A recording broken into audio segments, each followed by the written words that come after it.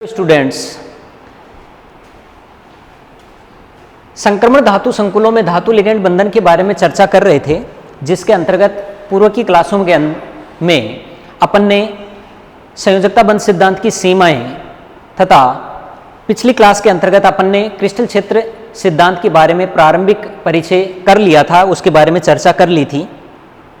इसी के अंतर्गत पिछली क्लास के अंतर्गत अपन ने चर्चा की थी कि सामान्यतः लिगेंड जो क्रिस्टल क्षेत्र जनरेट करता है, उस क्रिस्टल क्षेत्र के फलस्वरूप ही मेटल जो डी कक्षक है, मेटल के धातु के जो डी कक्षक हैं, उन धातु के डी कक्षकों में स्प्लिटिंग होती है। अब ध्यान रखना, मैंने चर्चा की थी पिछली क्लास में, बताया था कि धातु के जो डी कक्षक हैं, अगर धातु किसी लिगेंड से नहीं जुड़ा हो तो इन डी कक्षकों की ऊर्जा समान रहती है, अर्थात ये डीजनरेट स्टेट में पाए जाते हैं। डीजनरेट यानी समभ्रंश अवस्था में, डीजनरेट स्टेट, डीजनरेट यानी समभ्रंश अवस्था का मतलब है कि जिनकी ऊर्जा एक समान होती है। अब 5 डी कक्षकों के बारे में चर्चा की थी, d x Y, D Y z, d Z x, d x square minus Y square और डी जेड स्क्वायर। इनमें से इन डी कक्षकों को मैंने एक नॉन एक्सियल लिगेंड्स कहा था, नॉन एक्सियल लिगेंड्स। इन लिगेंड्स को मैंने नॉन एक्सियल लिगेंड्स कहा था। और d x square minus Y square और डी जेड स्क्वायर, इनको सामान्यतः non axial d orbitals, non axial d orbitals, और इन्हें कहा था axial d orbitals. Axial d orbitals 2 प्रकार के कक्षक बताए थे। नॉन एक्सियल डी कक्षकों के बारे में मैंने कहा था कि ऐसे डी कक्षक जिनमें इलेक्ट्रॉन के पाए जाने की जो प्रोबेबिलिटी है वो अक्षों पर ना होकर अक्षों के बीच से हो। अपन किसी कण की स्थिति दर्शाने के लिए 3 प्रकार की कार्टेशियन कोऑर्डिनेट्स की बात करते हैं, x axis, y axis and z axis. तो ऐसी स्थिति में अगर ये इन अक्षों के बीच में इलेक्ट्रॉन के पाए जाने की प्रोबेबिलिटी हो, तब उसे हम कह देते हैं नॉन एक्सियल डी ऑर्बिटल्स। अगर अक्षों के ऊपर इलेक्ट्रॉन के पाए जाने की प्रायिकता ज्यादा है, तब उसे अपन क्या कह देते हैं, एक्सियल डी ऑर्बिटल्स। तो पिछली क्लास के अंतर्गत मैंने ये बता दिया था कि सामान्यतः धातु के जो डी ऑर्बिटल्स हैं, उनकी ज्यामिति और उनका ओरिएंटेशन किस टाइप का होता है। अब ध्यान रखिएगा, अगर मेटल किसी लिगेंड से नहीं जुड़ा हो, मेटल के पास किसी प्रकार का कोई लिगेंड उपस्थित नहीं हो, तब ऐसी स्थिति में इस मेटल के जो डी कक्षक हैं, उन डी कक्षकों की ऊर्जा क्या रहती है, समान रहती है। परंतु जैसे ही लिगेंड इसके संपर्क में आता है, तो लिगेंड के क्रिस्टल क्षेत्र के फलस्वरूप धातु के इन डी कक्षकों की जो स्प्लिटिंग है, वो धातु के जो डी कक्षक हैं वो अलग अलग ऊर्जा के कक्षकों में विपाटित हो जाते हैं। अर्थात मैं ऐसे कह सकता हूं कि लिगेंड के क्रिस्टल क्षेत्र के फलस्वरूप धातु के डी कक्षकों का विपाटन होता है। अब एक चीज का ध्यान रखिएगा, ये जो विपाटन का क्रम है, विपाटन किस टाइप का होता है या कौन से डी कक्षक की ऊर्जा कम रहती है, कौन से की ज्यादा होती है, किस तरीके से विपाटित होते हैं, तो विपाटन का ये जो क्रम है, ये लिगेंडों की संख्या और उनकी व्यवस्था पर डिपेंड करता है। यानी लिगेंड कितनी संख्या में है, लिगेंड्स की संख्या एवं उनकी व्यवस्था, अरेंजमेंट कैसा है। अब देखिए, इसको थोड़ा समझिएगा। लिगेंड की संख्या का मतलब है कि जैसे मान लीजिए एक बार धातु के साथ 4 लिगेंड जुड़ते हैं, एक बार 6 लिगेंड जुड़ते हैं, तो 6 लिगेंड जुड़ने के फलस्वरूप अष्टफलकीय ज्यामिति बनती है। अष्टफलकीय ज्यामिति में चूंकि लिगेंडों की संख्या ज्यादा है, तो ऐसी स्थिति में स्प्लिटिंग होने का पैटर्न 4 जो लिगेंड जुड़ रहे हैं उसके फलस्वरूप चतुष्फलकीय ज्यामिति बनती है, उनके विपाटन की तुलना में डिफरेंट होता है। तो कुल मिला के मैं ऐसे कह सकता हूं कि ये जो धातु के डी कक्षक हैं, उनकी स्प्लिटिंग जो होती है, वो स्प्लिटिंग लिगेंडों की संख्या तथा उनके अरेंजमेंट पर डिपेंड करती है। अरेंजमेंट का मतलब है कि लिगेंड कौन सी दिशा से आ रहे हैं, किस डायरेक्शन से आ रहे हैं, अक्षों की ओर से आ रहे हैं या अक्षों के बीच से आ रहे हैं। तो ऐसी स्थिति में उनकी अरेंजमेंट के ऊपर भी धातु के डी कक्षकों की स्प्लिटिंग क्या हो जाती है, बदल जाती है। तो ध्यान रखिएगा, सामान्यतः लिगेंड के क्रिस्टल क्षेत्र के फलस्वरूप धातु के डी कक्षकों का विपाटन होता है, और विपाटन का ये जो क्रम है वो लिगेंड की संख्या तथा उनकी व्यवस्था पर निर्भर करता है। अब एक चीज का ध्यान रखिएगा, मैंने आपको बताया कि सामान्यतः जो क्रिस्टल क्षेत्र सिद्धांत है, ये डी कक्षकों के विपाटन की बात करता है। अब अपने जो सिलेबस दिया हुआ है उसमें 3 संकुलों की ज्यामिति में डी कक्षकों के विपाटन की चर्चा करनी है। उनके अंतर्गत आपका दिया हुआ है ऑक्टाहेड्रल में, ऑक्टाहेड्रल एक दिया हुआ है tetrahedral and square planar complexes. In complexes में आपको क्या करना है, क्रिस्टल फील्ड स्प्लिटिंग देखनी है, यानी क्रिस्टल क्षेत्र विपाटन किस प्रकार का होता है, किस तरीके से डी कक्षक विपाटित होते हैं, इनके बारे में चर्चा करनी है। अब ध्यान रखना, मैं सबसे पहले चर्चा करता हूं अष्टफलकीय संकुलों में किस तरीके से क्रिस्टल क्षेत्र विपाटन होता है। तो हेडिंग आ जाती है अष्टफलकीय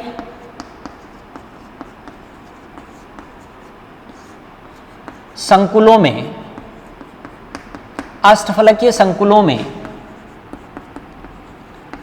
क्रिस्टल क्षेत्र विपाटन, क्रिस्टल क्षेत्र विपाटन डी कक्षकों का क्रिस्टल क्षेत्र विपाटन किस तरीके से होता है अष्टफलकीय संकुलों में। अब ध्यान रखिएगा, अष्टफलकीय संकुल की बात करता हूं, इसका मतलब हो गया कि मेटल के साथ कितनी संख्या में मोनोडेंटेड लिगेंड जुड़े हैं, 6 मोनोडेंटेड लिगेंड जुड़े हैं, यानी 6 दाता परमाणु है। यानी कुल मिला के मैं ऐसे कह सकता हूं, यहां जो लिगेंड काम में ले रहा हूं वो मोनोडेंटेड है। ये जो 6 लिगेंड्स हैं, अगर मेटल के साथ 6 लिगेंड जुड़े हों तो ऐसी स्थिति में वो कौन सी आकृति बनाते हैं, अष्टफलकीय, ऑक्टाहेड्रल ज्योमेट्री का निर्माण करते हैं। अब ध्यान रखना, क्रिस्टल क्षेत्र सिद्धांत ये कहता है कि अगर मेटल के साथ 6 लिगेंड जुड़े हैं तो उसकी आकृति कैसी, अष्टफलकीय। माना ये जो मेटल है, आपने क्या लिया, कोई घन लिया, ये मान लीजिए कोई क्यूब है,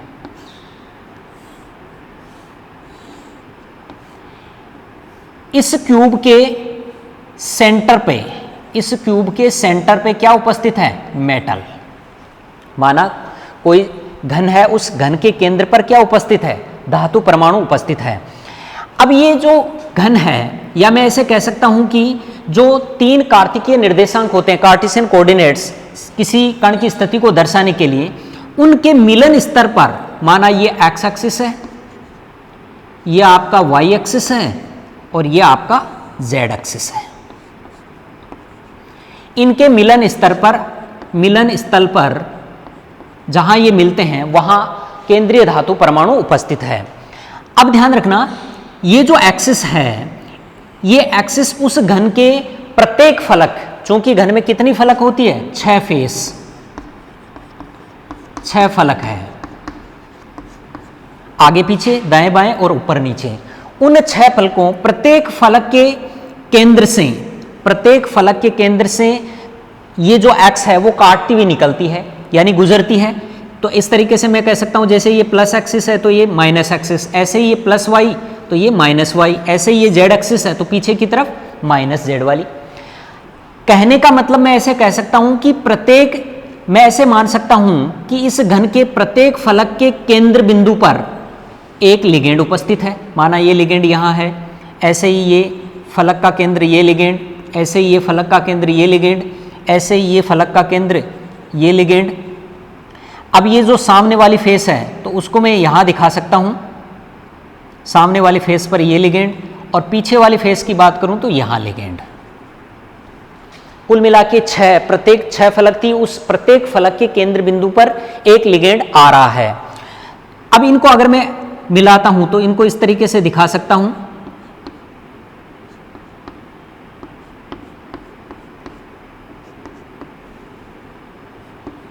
इस टाइप की संरचना बनती है।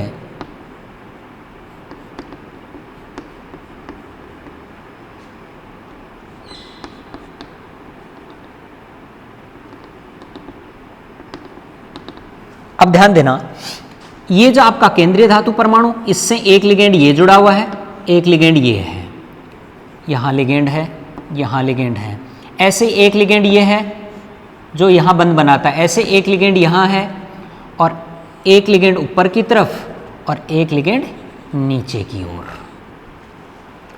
कुल मिला के 6 लिगेंड आपने जोड़ दिए 6 फलकों के केंद्र बिंदु से, जो एक्सिस काट रही है उन प्रत्येक एक्सिस से एक एक लिगेंड धातु की ओर प्रवेशित कर रहा है। तो इस संरचना को मैं इस तरीके से भी दिखा सकता हूं,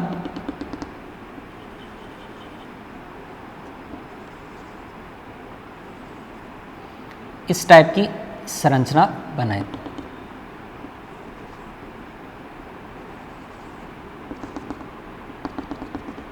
ये आपका बीच में केंद्रीय धातु परमाणु,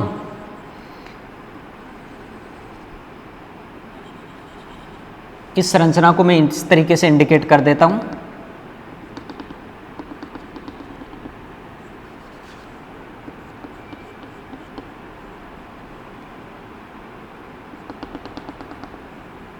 ऐसे ही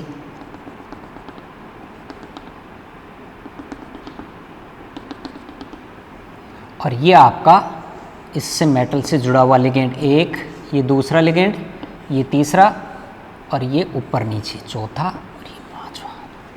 ये जो संरचना बनती है इस संरचना को हम कह देते हैं अष्टफलकीय। अष्टफलकीय आराम से दिख जाएगा आपको। यहाँ बीच में केंद्रीय धातु परमाणु हैं और 6 लिगेंड्स जुड़े हुए हैं। तो मैंने कहा कि किसी भी घन के केंद्र पर कोई केंद्रीय धातु परमाणु उपस्थित है और प्रत्येक जो घन है उस घन के प्रत्येक फलक से एक एक लिगेंड धातु परमाणु की ओर आ रहा है। अब ध्यान रखना, मैंने अपने चर्चा की थी कि धातु के जो डी कक्षक हैं, मेटल के जो डी कक्षक हैं, वो डी कक्षक 2 प्रकार के हैं। एक कहलाते हैं एक्सियल और दूसरे कहलाते हैं non axial. Non axial d orbitals. अब ये जो नॉन एक्सियल डी ऑर्बिटल्स का मतलब क्या है कि ऐसे डी ऑर्बिटल्स जो अक्षों के मध्य में होते हैं। इसका मतलब ये हो गया कि जैसे ही क्रिस्टल क्षेत्र सिद्धांत ये कहता है कि लिगेंड धातु के पास में आता है, तब ऐसी स्थिति में इन धातु के डी कक्षकों में स्प्लिटिंग होना प्रारंभ हो जाती है, अर्थात ऊर्जा में अंतर आना प्रारंभ हो जाता है। धातु के वे डी कक्षक जो आने वाले जो लिगेंड हैं उनके बीच में आते हैं, उन डी कक्षकों की ऊर्जा बढ़ जाती है और उन कक्षकों की ऊर्जा घट जाती है जो धातु के एकदम सिद्ध में नहीं आते हैं। या मैं ऐसे कह सकता हूं कि धातु के वे डी कक्षक जिनमें जितना ज्यादा रिपल्सन होगा उनकी ऊर्जा का मान उतना ही बढ़ जाएगा, जिनमें रिपल्सन कम होता है उनकी ऊर्जा का मान घट जाता है। अब देखिए, पिछली क्लास के अंतर्गत ही मैंने गुरुत्व केंद्र नियम की चर्चा की थी। उसके अंतर्गत कहा था कि बैरी सेंटर से जिन कक्षकों की ऊर्जा का मान जितना ज्यादा बढ़ेगा, बैरी सेंटर से उन्हीं दूसरे टाइप के कक्षकों की ऊर्जा का मान उतना ही कम होगा। कुल मिला के ऐसे कह सकता हूं कि तंत्र की ऊर्जा में किसी प्रकार का कोई चेंजेस नहीं आएगा। तो ऐसी स्थिति में ध्यान रखिएगा, अष्टफलकीय संकुल की बात करता हूं तो ऐसी स्थिति में लिगेंड कौन सी तरफ से आ रहे हैं? अक्षों की ओर से, एक्सिस से आ रहे हैं। अक्षों से लिगेंड आते हैं, इसका मतलब हो गया कि धातु, इस केंद्रीय धातु परमाणु के जो डी कक्षक हैं जिनकी लोब अक्षों की ओर है वो ज्यादा प्रतिकर्षित होगी, और जिनकी लोब अक्षों पर नहीं है, अक्षों के मध्य में है, वो आने वाले लिगेंड से कम रिपल्सित होगी। कुल मिला के मैं ऐसे कह सकता हूं कि धातु के ये जो डी कक्षक हैं, मैंने आपको बता दिया कि एक्सियल लिगेंड के अंतर्गत एक्सियल डी ऑर्बिटल के अंदर D x square minus Y square और डी जेड स्क्वायर 2 कक्षक आते हैं, जबकि नॉन एक्सियल जो डी कक्षक होते हैं उनके अंतर्गत D x Y, D Y Z and D Z X कक्षक आते हैं। तो ऐसी स्थिति में अष्टफलकीय संकुलों में जो डी कक्षक हैं वो 2 भागों में स्प्लिट हो जाते हैं। ऐसे वे डी कक्षक जो लिगेंड के एकदम सिद्ध में आते हैं वो ज्यादा प्रतिकर्षित होते हैं, फलस्वरूप उनकी ऊर्जा का मान बढ़ जाता है। ऐसे डी कक्षक कौन से हैं? D x square minus Y square और डी जेड स्क्वायर, क्योंकि ये जो डी कक्षक हैं ये सामान्यतः इनकी जो इलेक्ट्रॉन के पाए जाने की प्रोबेबिलिटी कहाँ है? अक्षों पर ही है। ये आने वाले लिगेंड से ज्यादा प्रतिकर्षित होने के कारण इनकी ऊर्जा का मान क्या हो जाता है? बढ़ जाता है। इन्हें हम कह देते हैं doubly degenerate D orbitals. Doubly degenerate orbitals को सामूहिक रूप से किस तरीके से दर्शा सकते हैं? इन्हें ई-जी ऑर्बिटल्स कहा जाता है। ये जी फॉर जिरेड के लिए आता है। ऐसे कक्षक जिनमें सेंटर ऑफ सिमेट्री पाई जाती है वो जिरेड नेचर के होते हैं, तो ये कहलाते हैं ई-जी कक्षक।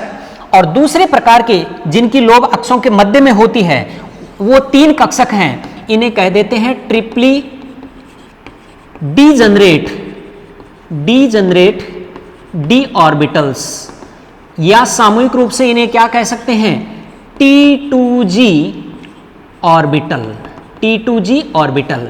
तो कुल मिला के मैं ऐसे कह सकता हूं कि क्रिस्टल क्षेत्र सिद्धांत यह कहता है कि अष्टफलकीय संकुलों में लिगेंड के क्रिस्टल क्षेत्र के फलस्वरूप धातु के जो डी कक्षक हैं वो 2 भागों में स्प्लिट हो जाते हैं, T2G कक्षक और E-G कक्षक।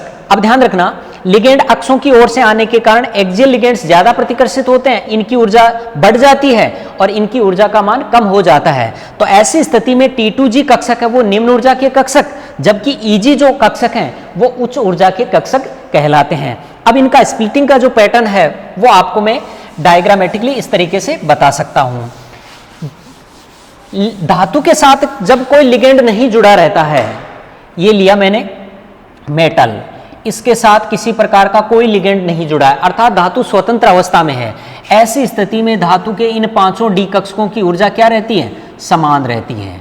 ये 5 डी कक्षक, पांचों डी कक्षकों की ऊर्जा समान। अगर इस मेटल के चारों तरफ लिगेंड आना प्रारंभ हो तो माना जो मेटल है, सेंट्रल मेटल एटम, उसके तरफ गोलीय सममिति है। गोलीय सममिति का मतलब है कि लिगेंडों ने जो क्रिस्टल क्षेत्र उत्पन्न किया है वो स्फेरिकल मूवमेंट में किया है। तब ऐसी स्थिति में इन पांचों डी कक्षकों की ऊर्जा का मान बढ़ जाता है।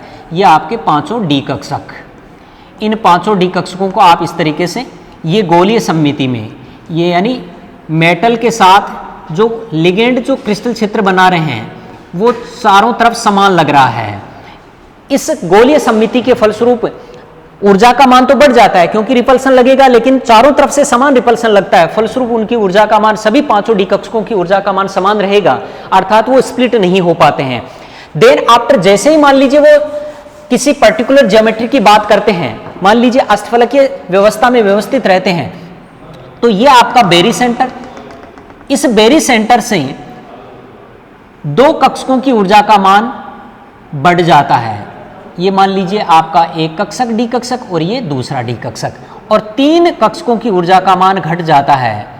ये आपका 3 कक्षक, ये कहलाते हैं d x Y, D Y z और डी जेड एक्स।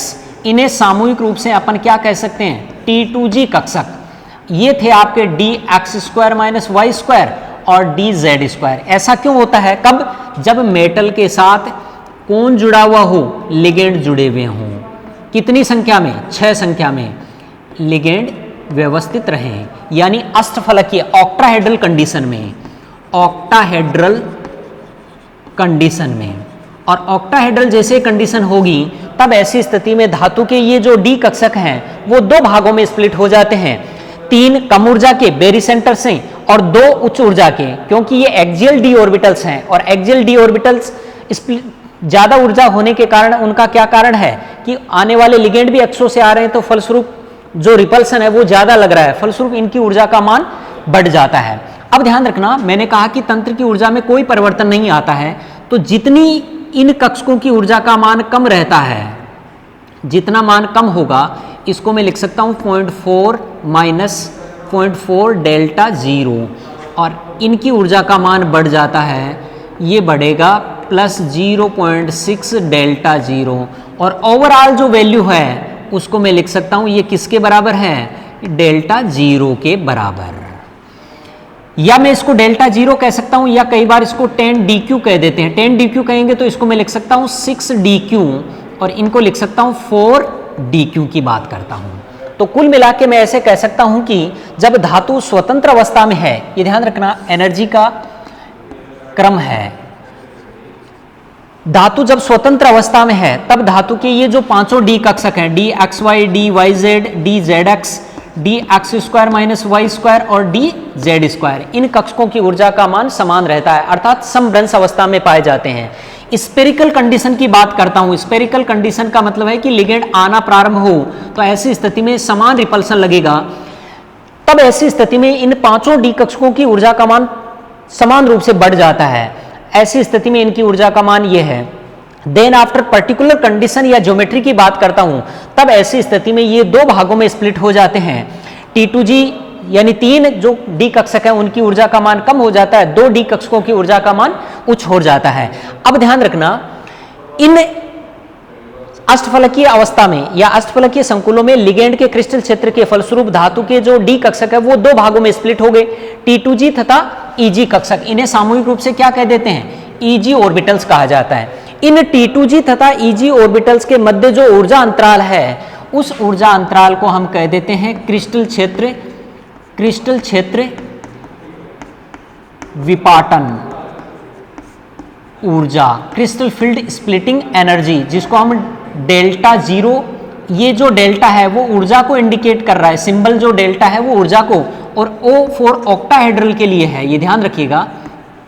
तो ऐसी स्थिति में डेल्टा 0 या 10 DQ के बराबर है। यानी T2G तथा EG कक्षकों के मध्य जो ऊर्जा अंतराल है उस ऊर्जा अंतराल को हम क्रिस्टल क्षेत्र विपाटन ऊर्जा यानी डेल्टा जीरो के द्वारा दर्शाते हैं। अष्टफलकीय संकुलों में लिगेंड क्षेत्र के फलस्वरूप धातु के D कक्षकों का T2G तथा EG कक्षकों में बंटना क्रिस्टल क्षेत्र विपाटन कहलाता है। तो इस तरीके से अपन ने बता दिया कि T2G और EG दो कक्षकों में विपाटित हो जाएंगे। T2G निम्न ऊर्जा के कक्षक और EG उच्च ऊर्जा के कक्षक होते हैं। अब ध्यान रखना, इन्हीं क्रिस्टल क्षेत्र विपाटन ऊर्जा की सहायता से ही अपन क्या निकाल सकते हैं, ऐसे संकुलों के लिए क्रिस्टल फील्ड स्प्लिटिंग एनर्जी का मान निर्धारण कर सकते हैं। और क्रिस्टल फील्ड स्प्लिटिंग एनर्जी का सेंस क्या है, क्रिस्टल क्षेत्र स्थायीकरण ऊर्जा का मतलब क्या है, वो ये कहता है कि अगर इन धातु के संकुलों में अगर लिगेंड असम्मित रूप से भरे हों, असम्मित का मतलब है कि सामान्यतः है अगर इन वाले लिगेंडों इन वाले कक्षकों में ज्यादा इलेक्ट्रॉन हो, इनमें कम हो, तो ऐसी स्थिति में ऊर्जा का उत्सर्जन होगा। और हम जानते हैं कि ऊर्जा का उत्सर्जन होगा तो तंत्र को स्टेबिलिटी मिलेगी। ये जो निष्कासित ऊर्जा है, इसी ऊर्जा को हम क्या कह देते हैं, क्रिस्टल क्षेत्र स्थायीकरण ऊर्जा कहा जाता है, जिसके बारे में अपन नेक्स्ट क्लास में चर्चा करेंगे। Thank you.